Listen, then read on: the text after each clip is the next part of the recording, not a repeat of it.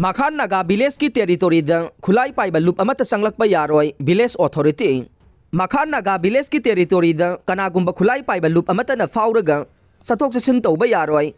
Khulasigi amasung masigi territory da faudok faujin tauba amasung atamna asigumba thawong sing sathabada Makhan Village authority na tumina yengduna lairoi haire. Makhan Naga Village ase Kangpokpi district ke Saitu Gamphazol gi manung sana laibe area amane. Khulasigi area da khulai pai ba miyoi sing sathok sasin taubaga mari lainana Makhan Village authority na thadorokpa serol ama na hairibana. Makhan Naga Village ki territory da khulai pai ba group sing na sangsinba amasung territory asigi area da surveillance tawbagi thabak amata yaba ngamloi. Village asida khulai paiduna fauduna sathok sasin tawba haibase jaga asida namduna sangsilakpani haida lawganay.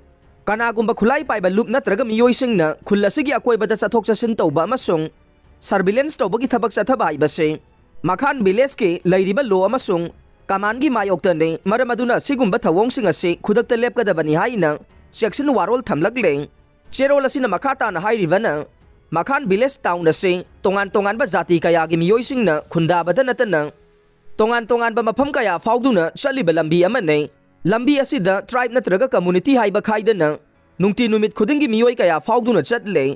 Town asi fauduna chaliba sing ningthina masak khangdoklaba amasung registration tawraba matungda sathok sasin tawbagi ayaba supire.